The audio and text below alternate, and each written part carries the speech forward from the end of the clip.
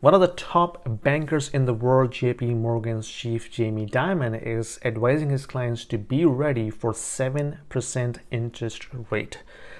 Yes, you heard it right, 7% interest rate.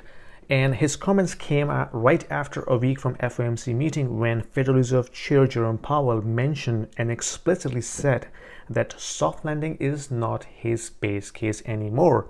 And he's expecting both rates and also the inflation to stay higher for longer, because we are seeing the core inflation is sticking around. It's not going down at a much faster pace as we expected. And this will also going to be very risky when we're seeing the oil prices is spiking up again, which is going to be very inflationary going forward. So why this is happening, even though if we see this is going to be the words spaghetti that he's throwing at us, we are seeing huge movement in the bond market right after that statement. Why is that? Because if you look at the reverse repo account, which is the Fed's facility giving guaranteed return to the banks and the financial institutions, and those banks have been enjoying 5.3% risk-free return over the last 2 years, and we have seen the cash has been accumulated up to $2.5 trillion at some point. So since January 2022, we're seeing that reverse repo account is draining that money.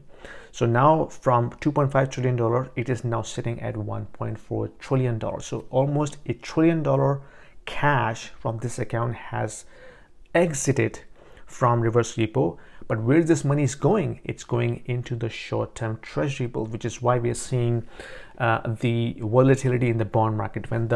Because bond market is much bigger than stock market. When the big money, the smart money, the institutional investors are moving that much volume, we are seeing huge spikes in the bond yields.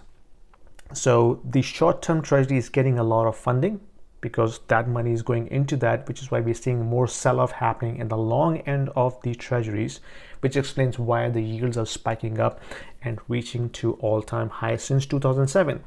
This is also impacting the global bond market. We're seeing in Canada, the 5-year, the 10-year Canadian bond yield is also spiking, reaching to the 2007 level. We're seeing the Euro 10-year bond is also spiking as well. So all of this is putting a lot of pressure on the long-term bond yields, which is going to influence the fixed-term mortgage rate. So be prepared for that. And if both Federal Reserve and Bank of Canada, maintain the rates at this level, even though they have expressed their concerns about inflation, and maybe they will raise one more 25 basis point before end of this year, that will move the overnight rate to 5.25, 5.5%. And that will, of course, immediately raise the variable interest rate on the mortgage side. So all of these things combining with the oil price, which is also touching $90 a barrel, and this is coming because the Saudis have cut down their production, and Russian also extended their ban on the oil export. While the demand is surging, we're seeing the oil price pressure will continue to go up because the US do not have SPR reserves left anymore to bring the price down, because they were doing this to save their midterm elections. So all of these things are looking very scary from economic growth perspective. We are seeing a stagflationary scenario going forward, because when the oil goes up, interest rates staying at high level, inflation is keeping around 4% on the core side, that is going to paint a stagflationary situation, which is going to be more painful for both of us, whether we're living in Canada, US, or in Europe, because the economic growth is not going to be seen anywhere. And this will result into bankruptcies, job losses, and when we exacerbate these things, then of course this will add pressure on the housing side as well.